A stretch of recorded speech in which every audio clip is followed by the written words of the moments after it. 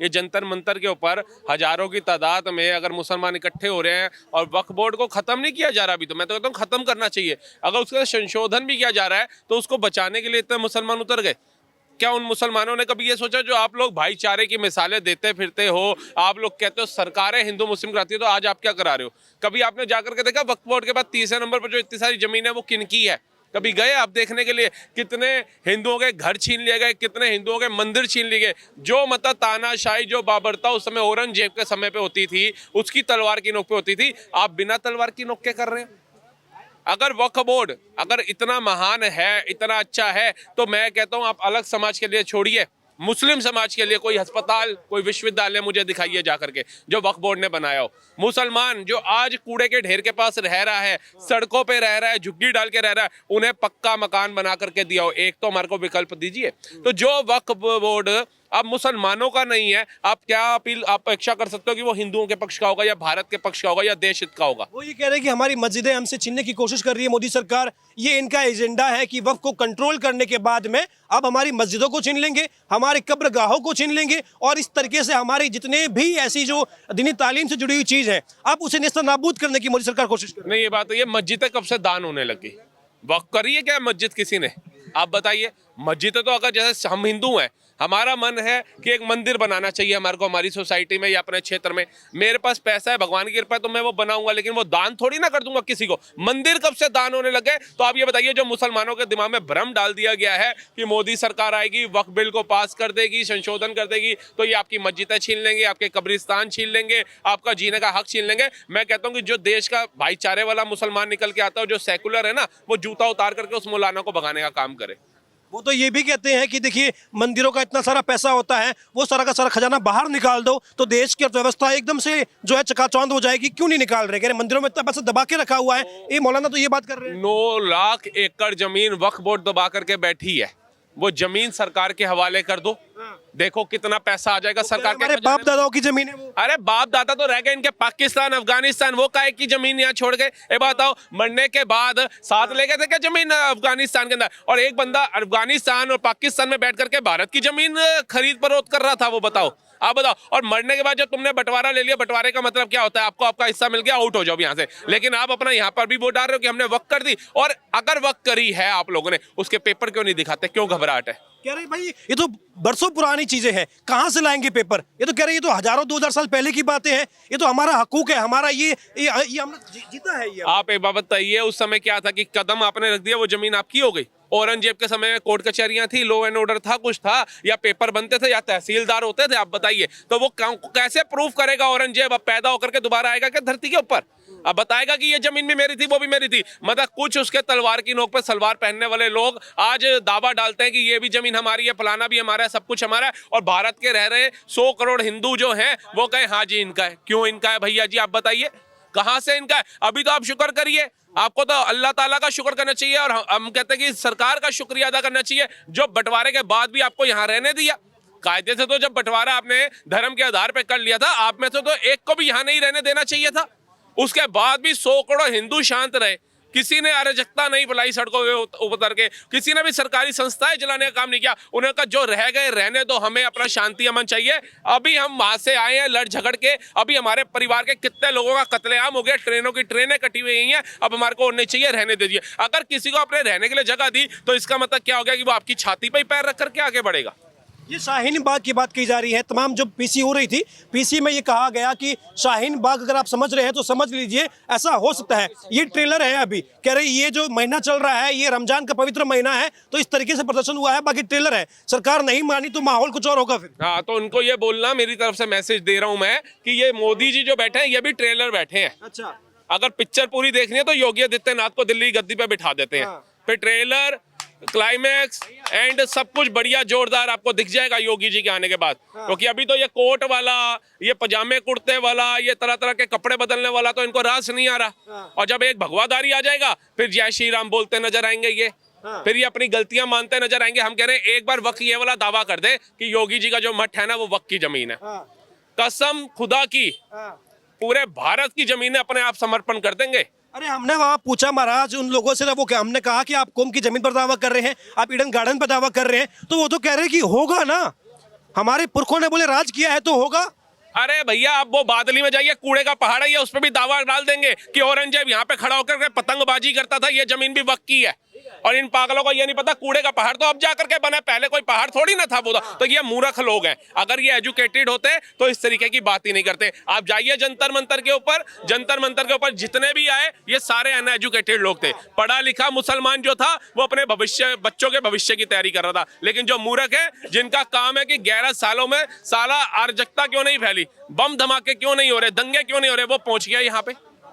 जाकर के देखिए वो पहुंच गया ना। अब जिसको पता है कि भैया वक्फ बोर्ड तो हमारा भी सगा नहीं है, वो लोग क्यों इसका समर्थन करेंगे आप बताइए। लेकिन वार्निंग दे दी गई है। अरे वो इनकी वार्निंग से डरेंगे, वो अमित शाह चनक्या राजनीति के, वो अगर इनसे डरने लग जाते ना तो मुझे लग रहा है 11 साल सरकार चला नहीं सकते थे। बैकफुट पे आना पड़ेगा, एकजुट हो गए हैं, कह रहे ये तो ट्रेलर है और कह रहे हिंदुस्तान ये जंतर मंतर है, जगह छोटी पड़ जाएगी। ये वही लोग हैं जो जिनके पास पत्रकार कोई भी माइक लेके जाता है तो कहता है हम बोलेंगे नहीं कुछ भी, हमारे सट्टे लग जाएंगे, हमारे पिछवाड़े लाल हो जाएंगे, योगी के बारे में तुम तो बुलवा करके चले जाओगे और बाद में हमारे पिछवाड़े लाल हो जाएंगे, ये वही बोल रहा है आकर के। तो सोचिए जब पिछवाड़े तुम्हारे अंदर इतना डर है कि लाल हो जाएंगे और सरकार तुम्हारी ये वो है और हिंदू मुस्लिम है, मैं तो कहता हूँ वो सच्चा मुसलमान जो है ना, जो आज वक्त के समर्थन में उतर रहा है। सबसे पहले 534 घर जो लिए ना मुसलमानों ने रामपुर के अंदर, वो सारी चाबियां वापसी लौटाओ, लुटाओ वापसी। ये सरकार जब तुम्हारी नहीं है तो मकान काहे लेकर के बैठे हो, वो 534 मकान आज ही वापसी करो। हम भी कहे ना कि हाँ पक्का मुसलमान है, वक्त के समर्थन में है, ये लोग सिर्फ लेने के लिए। वो एक कहावत थी कि अप्पा हमेशा हूँ कितना हूँ कदे नहीं कितना। पंजाबी में कहावत है कि अप्पा हमेशा हाथ फैलाए ने, मतलब हाथ में भीख मांगी है हमने लेकिन कभी भीख दी नहीं है। तो वो हालत इन लोगों की है। इन्होंने जहां जहां जाकर के, कुंभ की बात आप कर रहे हो, ये सांसद भवन जो है वो कहते हैं ये भी वक्त की जमीन है। अब बताइए कैबिनेट मंत्री जो है वो इनके वक्त के घर में जाकर के बैठ जाए या ऑफिस में जाकर के बैठे। कल को कैबिनेट चलानी है, बजट सत्र आना है तो कहाँ पे करें बताइए, वक्त के ऑफिस में चले जाए जो बना रखा है इन्होंने। लेकिन आपको नहीं लगता कि ये कह रहे कि देखिए जायज, हमारी बातें जायज है, ये जो संशोधन हुआ है कह रहे इसकी पहले इसकी जरूरत ही नहीं, जैसा चल रहा था वैसा आप चलने देते। कह रहे अचानक से ही बीजेपी वालों को कुछ मिला नहीं है, मोदी जी बैठे बैठे बोर हो जाते हैं तो कह रहे कि भाई साहब ये कहीं और पॉडकास्ट करते हैं, यहाँ ऐसा माहौल बना के चले जाते हैं विदेश घूमने के लिए। बोले कोई क्या जरूरत क्या थी संशोधन की? क्यों मतलब तुम्हारे को किससे राइट दे दिया, तुम किसी की जमीन पर जाकर के कब्जा डाल दोगे? भाई साहब मैं बैठा हूँ, मैं टैक्स पेयर हूँ, मैं भारत का नागरिक हूँ। अब मेरे घर पे आकर के अगर वक्फ बोर्ड रख देगा जी ये राहुल मेहता का नहीं, ये मेरा घर है, मैं कहाँ जाऊंगा आप बताओ? आप कोर्ट भी जा नहीं पाएंगे? नहीं जा पाऊंगा ना। अब बताओ अगर हमारे लिए कोई सरकार निर्णय लेकर के आती है, संशोधन करती है तो हमें तो उसका सल्यूट करना चाहिए, उसका अभिनंदन करना चाहिए। लेकिन हिंदू कितने मूर्ख हैं कि वो कभी सड़कों पे नहीं उतरे। वो सनातन बोर्ड के लिए देवकीनंदन ठाकुर जी से लेकर के हमारे धीरेन्द्र शास्त्री तक उतर गए, पैरों में छाले पड़ गए। हिंदू घर में बैठा हुआ ब्रेड पकौड़े खा रहा था। अभी वक्फ बोर्ड में संशोधन की बात हुई है, हजारों मुसलमान पहुंच गया, जबकि उनको पता है कि वक्त हमने कुछ दे करके नहीं जाएगा, उल्टा हमारे से ली है, इसने दिया नहीं है लेकिन फिर भी उतर गया ना। ये हिंदू कब उतरेगा? सरकारें क्या कर लेंगे, मोदी योगी क्या कर लेंगे अकेले? आप बताइए कल को इनका जोर होगा, हिंदू आटे की बोरी में बिक जाएगा, वोट डाल देगा गलत, उसके बाद बैठे हुए तमाशा देख लेना। एक महाराष्ट्र सरकार में एक नेता है शिंदे गुट के, कह रहे हैं कि अगर ये शाहीन बाग की बात कर रहे हैं तो हम जलियांवाला बाग बना देंगे। सही बात कर रहे हैं? मैं तो कहता हूं बिल्कुल, अगर आप शांत बैठोगे, आपकी चुप्पी का ही कारण था ये बम धमाके, आपकी चुप्पी का ही कारण था ये सेना को पत्थर मारना, आपकी चुप्पी का ही कारण था जो ये पाकिस्तानों के मैच जीतने के ऊपर यहाँ जश्न मनाए जा रहे थे, ये आपके ही चुप्पी का कारण था। जो 30 नंबर पर सबसे ज्यादा जमीनें वक्फ बोर्ड के पास आ गई, ये ऐसे नहीं आ गई है, ये चुप्पी के कारण ही आई है। आप एक बात बताइए, मैं मुसलमानों का विरोध नहीं करता, अगर मैं करूं तो कलाम साहब जो परमाणु शक्ति भारत को बना गए वो कभी नहीं बनता भारत। लेकिन जो कलाम साहब की सोच वाले हैं उनकी सोच को तो अपनाओ। अब ये कहते हैं मुसलमान प्रताड़ित है, मुसलमान बड़ा परेशान है, मुसलमान आस आए हैं। 1947 में धर्म के आधार पर बंटवारा हुआ, मुसलमान परेशान था इसलिए बंटवारा करना पड़ा भैया। फिर उसके बाद जो मुसलमान यहाँ पर रह गया भैया उसको मदरसे चाहिए, कोई वो पढ़ नहीं पा, परेशान है, दे दिए, गुरुकुल बंद हो गए। फिर मुसलमान को शरिया चाहिए, दे दो भाई, उसका अपना कानून होना चाहिए, वो भारत के कानून से नहीं चल पा रहा, परेशान है, दे दिया। पहले संसाधनों पे पहला दे दिया, मुस्लिम पर्सनल लॉ दे दिया, अल्पसंख्यक कह करके सारी चीजें इनको दे दी, तब भी मुसलमान परेशान। वो कश्मीर का कश्मीर पूरे हिंदुओं से खाली करा दिया गया, तब भी मुसलमान परेशान। नल से जल की योजना मिल गई, तब भी मुसलमान परेशान। पक्का आवास मिल गया, तब भी मुसलमान परेशान। ठीक है जी, औषधि योजना हो, उद्यम उद्यमी योजना हो, मुद्रा योजना हो, सुकन्या योजना हो, बेटी बचाओ बेटी पढ़ाओ योजना, इतनी योजनाओं का सबसे ज्यादा परसेंटेज का लाभ उठाते हुए मुसलमान आगे बढ़ रहा है, लेकिन फिर भी कहोगे तो मुसलमान परेशान है। जुल्म हो रहा है, हम पे जुल्म हो रहा है और ये सितम की अब इंतहा हो चुकी है। अब कह रहे हैं कि अब सीधा आर पार का माहौल होगा, शाहीन बाग वाला माहौल होगा, फिर कहना मत कि बताया नहीं था पहले से। बाबरता हो रही है, इनके साथ सारा दुख हो रहा है। आप मेरे को भारत का 11 साल हो गए, भारत का कोई एक राज्य, कोई एक क्षेत्र बताइए जहां मुसलमान ने बोर्ड लगाया हो कि हम मोदी योगी के आने में बहुत प्रताड़ित है और हमारा घर बिका हुआ है। कोई एक उल्लेख दीजिए मुझे। लेकिन ऐसे हिंदुओं के आपको सैकड़ों दिखा दूंगा, जाइए। और ज्यादा एग्जांपल चाहिए, अभी ताजा ताजा ब्रह्मपुरी चले जाइए, 12 नंबर गली में जाकर के हाल देख लीजिए छोटे छोटे बच्चों का और महिलाओं का, कि वो अगर 10 घर हिंदू के हैं और 4 घर मुसलमानों के हैं तो वो शांति से नहीं रह पा रहे। जाकर क्या लग रहा है आगे? मान लीजिए कि सरकार जो है वो बैकफुट पे नहीं आती है, हालांकि ये लोग तो साफ कह रहे हैं कि हम बैकफुट पे लेके आएंगे। वो कह रहे किसान आंदोलन में माहौल ऐसा हुआ था, गवर्नमेंट झुकी थी, हम भी झुकाएंगे। और अगर मान लीजिए नहीं झुकती है, आपको अंदेशा है कि कुछ माहौल बिगड़ सकता है देश का? देखिए, भारत की कमान जो संभाल रहे हैं ना नरेंद्र मोदी जी, वो कोई कहते हैं कि सीधा डायरेक्ट गोल्ड स्पून चाइल्ड की तरह प्रधानमंत्री नहीं बन गए। वो जमीनी कार्यकर्ता से इस पद पर पहुंचे हैं। उन्होंने पूरे भारत का भ्रमण किया है। उन्होंने 4 साल 3 साल गुजरात की सरकार की कमान थामी है। उधर एक बार गोधरा कांड हुआ था, याद होगा, कारसेवक को जला करके जब मारा गया था, उसके बाद ऐसा एक्शन लिया गया था वहां पे। जब भूकंप के बाद त्रस्त हो गया था गुजरात, आज जाकर के देखिए गुजरात की जीडीपी कितनी है। आज 6 सालों से लगातार भाजपा 6 बारी से, यानी 6 पंजे 30 सालों से भाजपा की सरकार है गुजरात में। क्यों आज वहां क्यों नहीं अराजकता हो रही, वहां क्यों नहीं दंगा हो रहा? करके दिखाओ ना, दिखा आपको? नहीं दिखेगा। तो ऐसे ही भारत के तमाम राज्यों के अंदर शांति का माहौल होना चाहिए। अगर आप भाईचारे की बात करते हो तो अगर आपके भाई को घर छीनने का कोई काम करता है तो आपको उसका विरोध करना चाहिए, समर्थन नहीं करना। ओवैसी जी का बयान आया कि हमारी मस्जिदें जो हैं ये हमारा सब कुछ है, हमारी जमीन छीनने की कोशिश हो रही है, मुसलमान को इस देश में ही पराया बनाया जा रहा है, जैसे कि वो कहीं और बाहर का हो, ऐसा माहौल बनाया जा रहा है मोदी सरकार के द्वारा। और मस्जिदें छीन करके हमें एक तरीके से यहाँ से बेघर कर देंगे और कत्लेआम हो जाएगा। मैं तो कहता हूँ वक्फ बोर्ड मेरा दिल खुश कर दे, अगर करना चाहता है तो ओबीसी के घर पे ऊपर जाकर के दावा डाल दे ये वक्फ की जमीन है। पता तो चले घर निकाली होती क्या है, छत सिर से हटती है तो रहना क्या होता है। अभी तक ओबीसी ने, पैसे की कमी है क्या ओबीसी को? खानदानी रईस बंदा है ना, कितने मुसलमानों को पक्का मकान बना के दिया, कितनी गरीब मुसलमान बिटियों की शादियां करी है, बताइए ना।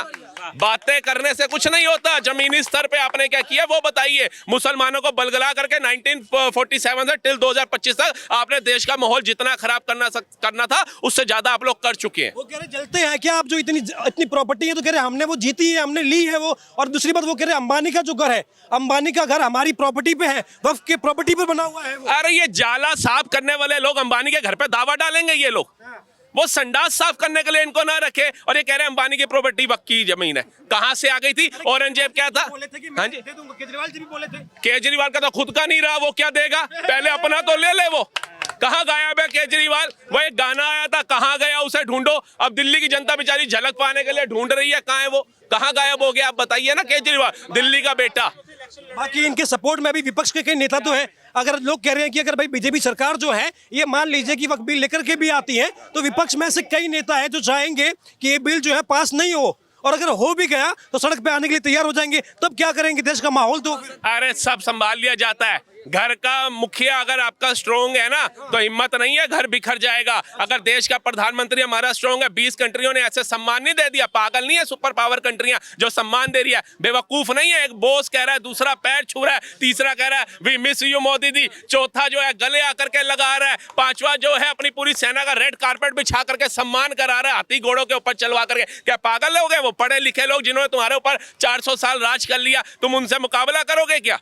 एक मोदी के जाने पे देख लो कैसे व्हाइट हाउस के अंदर रेड कारपेट बिछ जाता है। इनके लिए कोई चादर ना बिछाए, दरी तो दूर की बात है। ये भूखे नंगे लोग हैं, कभी सुना है किसी के लिए बिछाया हो इनके लिए? एक आखिरी सवाल मेरा आपसे, सरकार कह रही है हम संशोधन कर रहे हैं, सुधार कर रहे हैं, लेकिन कई ऐसे लोग हैं हिंदू संगठन के, वो ये कह रहे हैं कि भाई इसे खत्म ही कर दो, वक्फ बोर्ड को, ये होना ही नहीं चाहिए, और अगर है तो हिंदू बोर्ड भी होना चाहिए। मैं तो कहता हूँ सनातन बोर्ड होना चाहिए। आज सनातन बोर्ड नहीं है, फिर भी मंदिरों के टैक्स के ऊपर से कितने मुल्ला मुलाना जा रहे हैं हज सब्सिडी लेकर के, कितने लोग हज हाउस बनवाए जा रहे हैं, कितने लोगों का इसके अंदर वो हो रहा है, कार्यरत हो रहा है। क्यों हो रहा है भैया? मंदिर का पैसा तुम अपने लिए यूज कर सकते हो, है श्री राम ढाबा चला सकते हो, कांवड़ यात्री जा रहे हैं तो है उसके बाद महाकुंभ में दुकान लगा सकते हो। लेकिन अगर कोई गलती से आके जाता है, मियाँ जी जय श्री राम, ओ जय श्री राम बोल दिया, मुझे ये अराजकता फैलाना चाहता है, दंगा कराना चाहता है, मुसलमान से जबरदस्ती जय श्री राम बुलाया जा रहा है। अबे जब ढाबे चलाते हो तब तुम्हारे को नहीं होता? तब क्या कहते हो? हाँ अफजल 4 किलो आलू श्री राम ढाबा पे पहुंचा दियो, 5 किलो गन्ना जो है वो महेश्वर ढाबा पे पहुंचा दियो, तब नाम लेते हो। नहीं होता।